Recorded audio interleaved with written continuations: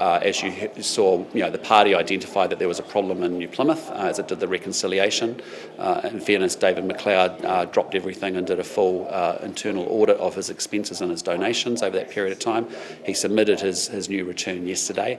And look, as you've heard from him, it's a big stuff up, and he takes full responsibility for it, and I appreciate him being upfront about it. But I'm also acting decisively and swiftly to make sure that we actually have a consequence that I think is entirely appropriate. As far as David is concerned, do you see it as he's had his chance and he's on what you might call a last chance, or do you not see it as black and white? Well, look, he's a valued member of our team. He stuffed it up big time. Let's be upfront about it.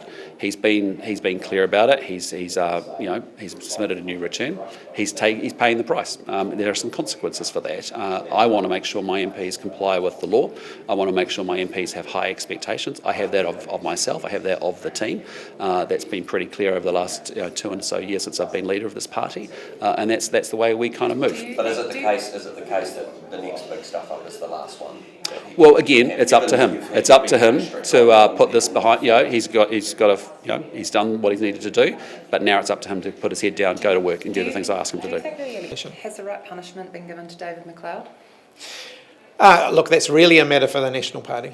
So you don't have a view on, if you had a like for like, how you would deal with that situation?